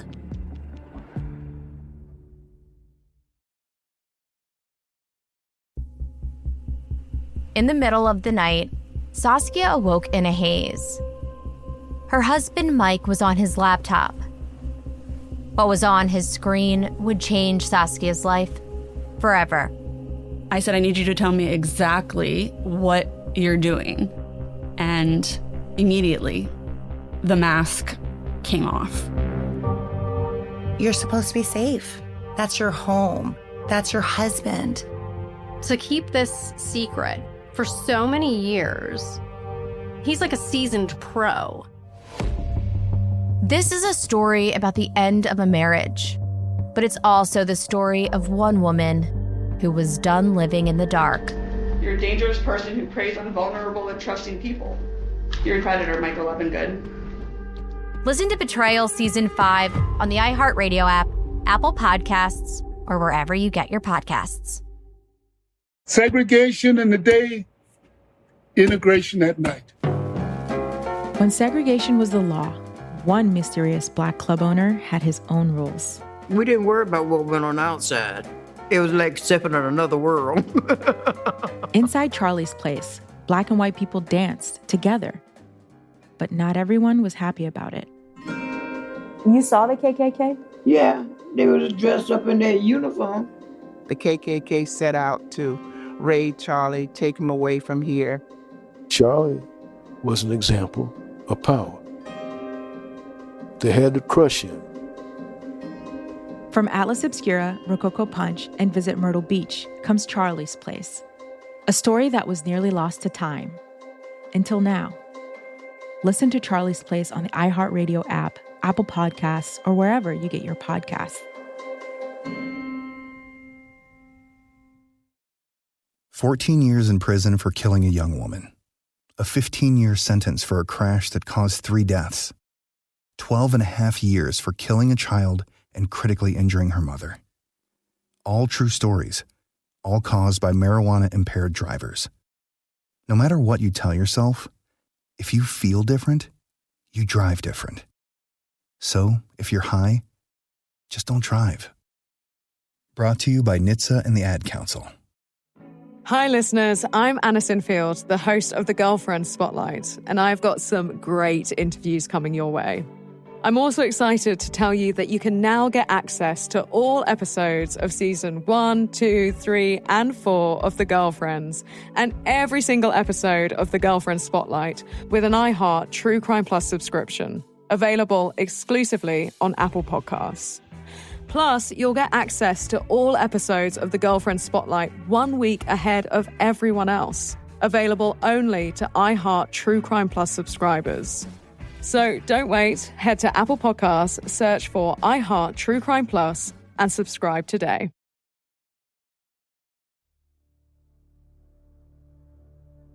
Over nearly 2 decades, Emma Rain lost 3 husbands, and the evidence against her was piling up. If she was willing to kill her own husband in exchange for a check, she was willing to do anything. And that's scary. Prosecutor Laura Rodrigue learned that in the months before her husband, Ernest Smith, died, Emma made her boyfriend and eventual husband, James Rain, a beneficiary for half of Ernest's $800,000 life insurance policy. What Emma Rain did not realize was Louisiana law would prohibit James Rain from coming in to collect his $400,000 because Ernest Smith had a biological daughter. But Ernest's daughter never received that insurance money. Emma Rain's biological daughter goes into an office and forges the name of Ernest Smith's biological daughter. So essentially, all of the $800,000 is awarded to Emma Rain through fraudulent activity. So not only did Emma have Ernest Smith killed, but she also cheated his daughter, his only child, out of money from his life insurance policy. It was alarming to us to see the lack of concern that Emma had for her daughter, that she would put her daughter in that position, that she had no problem with her daughter getting a felony conviction for doing that. There are so many terrible things Emma was accused of doing. But maybe one of the most galling happened on the day of James Rain's murder. James Rain is in his home at the time that he's murdered. Emma Rain tells the police that she's on a business trip trying to make a deal work and she's not at home. It was actually not much business going on at all. She was involved in a physical relationship with the man she was with in Arkansas at the time James is killed. In fact, the authorities get a statement from him where he says she gets the phone call, she learns that James is dead. We popped some champagne and had sex to celebrate. She calls it completing a business deal. The man she was with advises us they actually were drinking and having sex to celebrate the death of James Rain. Okay, now that is so beyond cold-blooded. And there's actually more to the story. If you remember, Emma later called James's mother and had her check on James, even though Emma knew James was dead. Imagine knowing you were setting up a mother to see that. In other words, it seems as if she was intentionally luring James's mother over to find him dead in the home. You know, she had no sympathy. She just was really cold to allow his mother to find him in that way. It would be something they felt was sort of the final twisting of the knife. It was intentionally cruel, and it just showed her character. Late in the summer of 2013, detectives charged Emma with the death of her second husband, Ernest Smith. And guess what?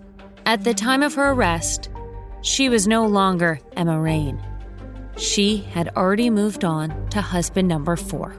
Emma and her fourth husband were living in Kansas City, Missouri at the time that she was arrested for the murders.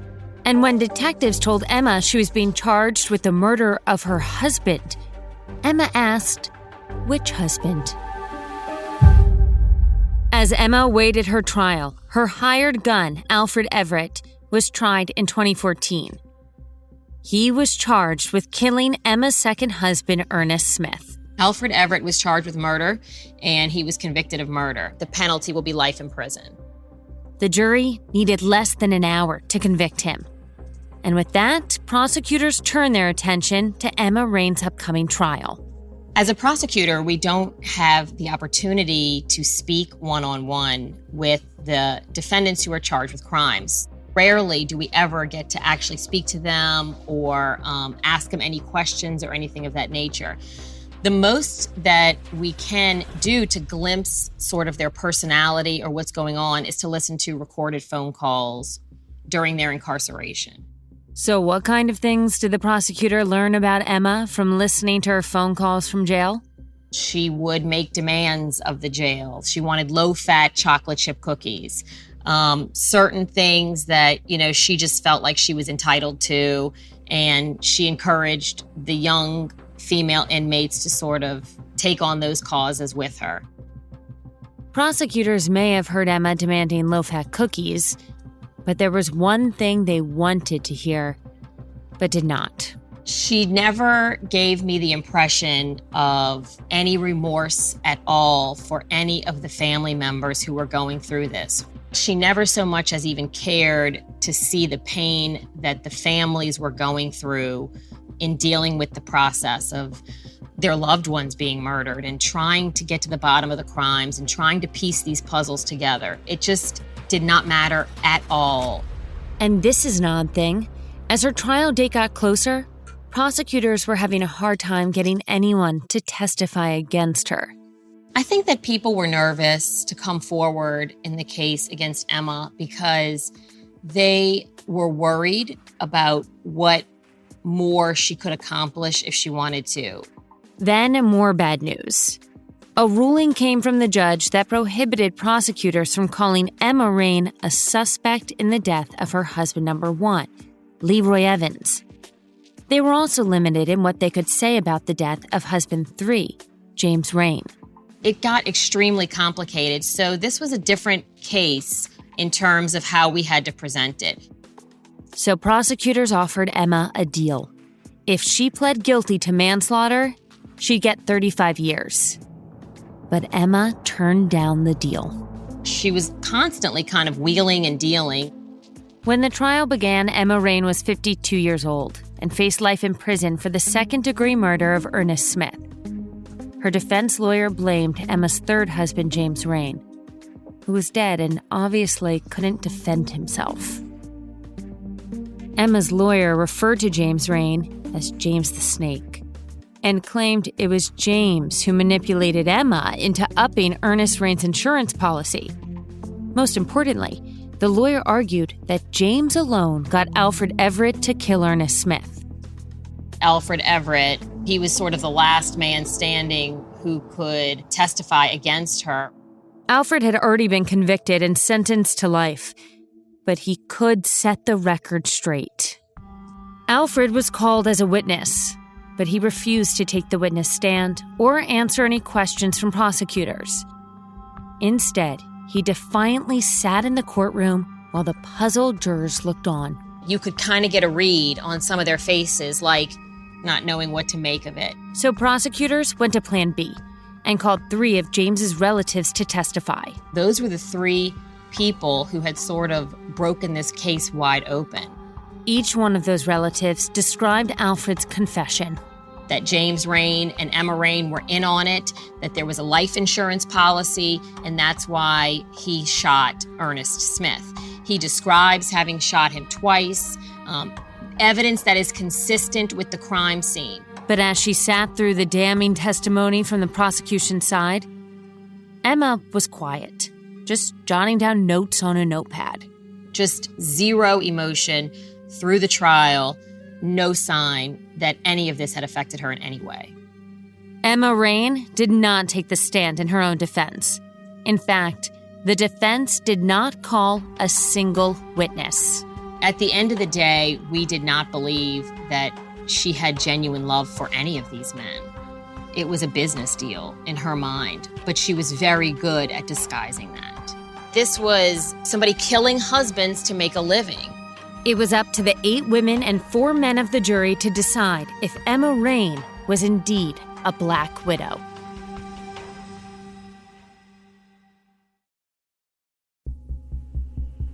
In the middle of the night, Saskia awoke in a haze. Her husband Mike was on his laptop. What was on his screen would change Saskia's life forever. I said, I need you to tell me exactly what you're doing. And immediately, the mask came off. You're supposed to be safe. That's your home. That's your husband. To keep this secret for so many years, he's like a seasoned pro. This is a story about the end of a marriage, but it's also the story of one woman who was done living in the dark. You're a dangerous person who preys on vulnerable and trusting people. You're a predator, Michael Good. Listen to Betrayal Season 5 on the iHeartRadio app, Apple Podcasts, or wherever you get your podcasts. Segregation in the day, integration at night. When segregation was the law, one mysterious Black club owner had his own rules. We didn't worry about what went on outside. It was like stepping in another world. Inside Charlie's place, Black and white people danced together. But not everyone was happy about it. You saw the KKK? Yeah, they was dressed up in their uniform. The KKK set out to raid Charlie, take him away from here. Charlie was an example of power. They had to crush him. From Atlas Obscura, Rococo Punch, and Visit Myrtle Beach comes Charlie's Place, a story that was nearly lost to time. Until now. Listen to Charlie's Place on the iHeartRadio app, Apple Podcasts, or wherever you get your podcasts. 14 years in prison for killing a young woman. A 15-year sentence for a crash that caused 3 deaths.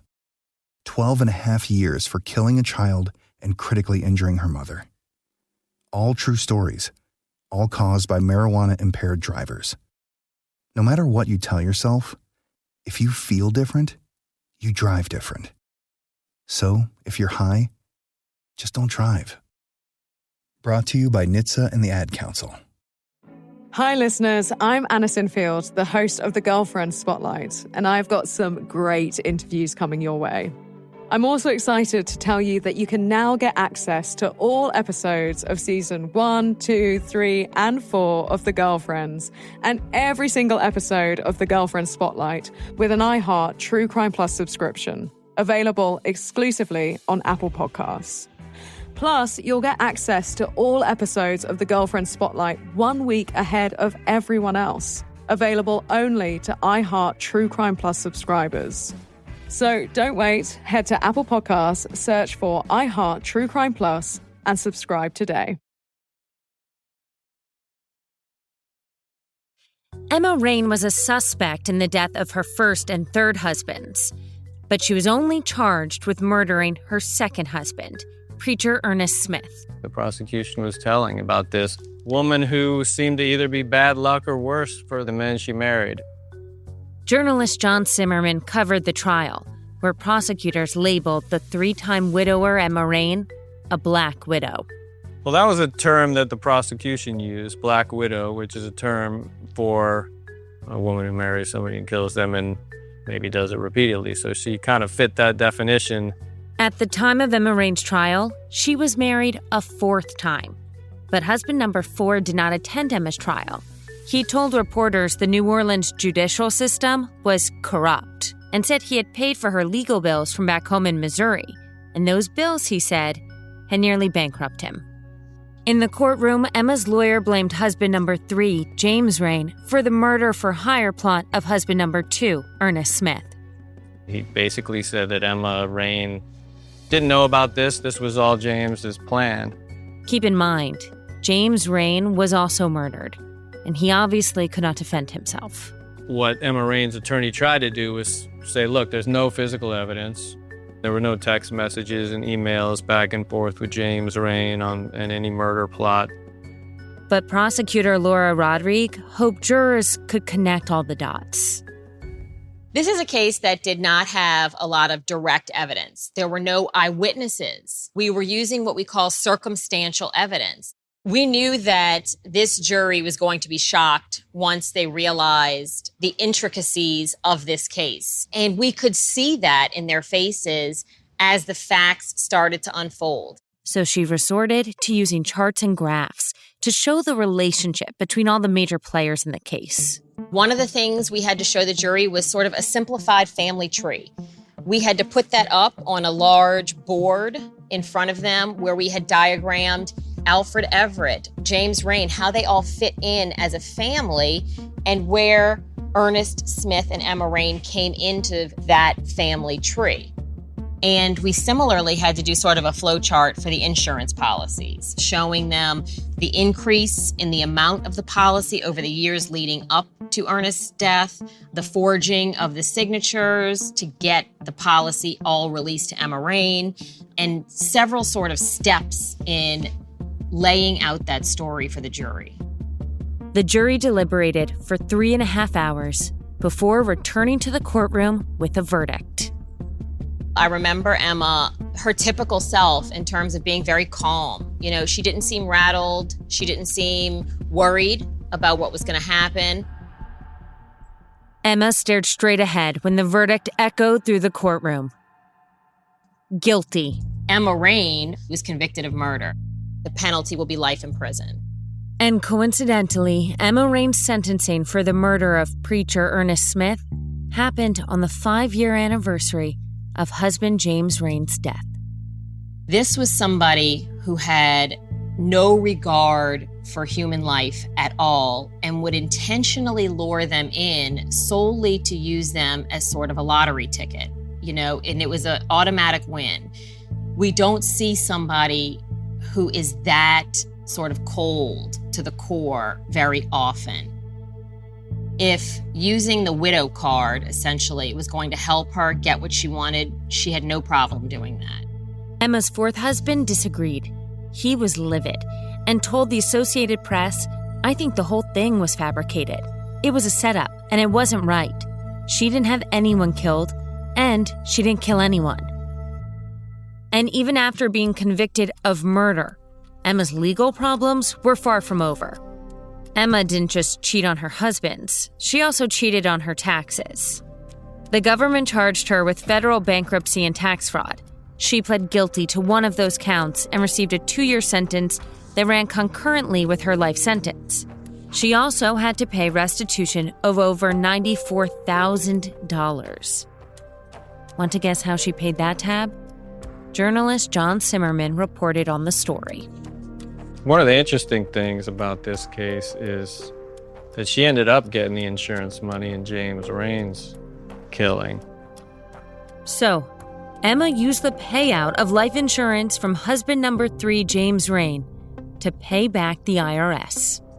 The judge saw no reason not to give it to her because no evidence was presented to suggest that Emma Rain was involved in James Rain's killing. In his ruling, the judge wrote that it would be nothing more than speculation that Emma killed James Rain and awarded her just over $248,000. $90,000 of it, I believe, went from that settlement to pay her past tax debts. It's another example of the unexplainable hold Emma seemed to have over men. Lost in this story of 3 dead husbands is that the 2011 murder of Emma's third husband, James Rain, remains unsolved. Although it sits outside her jurisdiction, New Orleans prosecutor Laura Rodrigue continues to watch it from a distance. So that investigation essentially is still ongoing. Emma has an alibi, and the police don't believe she directly was the killer. She was out of the state. There's a witness who indicates she was with him, so we don't believe she pulled the trigger. So that means there's somebody out there who knows what happened. Do you remember how Emma and James Rain's house had a big fancy security system and how it wasn't working on the night that James was murdered? The detectives learned that the last person seen in the footage was Emma Rain until the footage all goes off. So they see her approach the box or the main area where you control the surveillance equipment, and then the equipment is sort of shut off. Essentially, it was turned off, they believe, by Emma Rain. As of 2025, no one has been charged in the 2011 murder of James Rain. It's interesting to wonder why James thought he would be different from the rest, because it was very clear that Emma Rain was not capable of loving another human anymore, or even to the same extent that she loved herself. Most people who came across her were shocked to ultimately find out that this was happening. They were shocked to find out that this person they had trusted could have been capable of something like this. The person who seemed to be the most shocked and disturbed by Emma was Apostle Jackson, preacher Ernest Smith's mentor and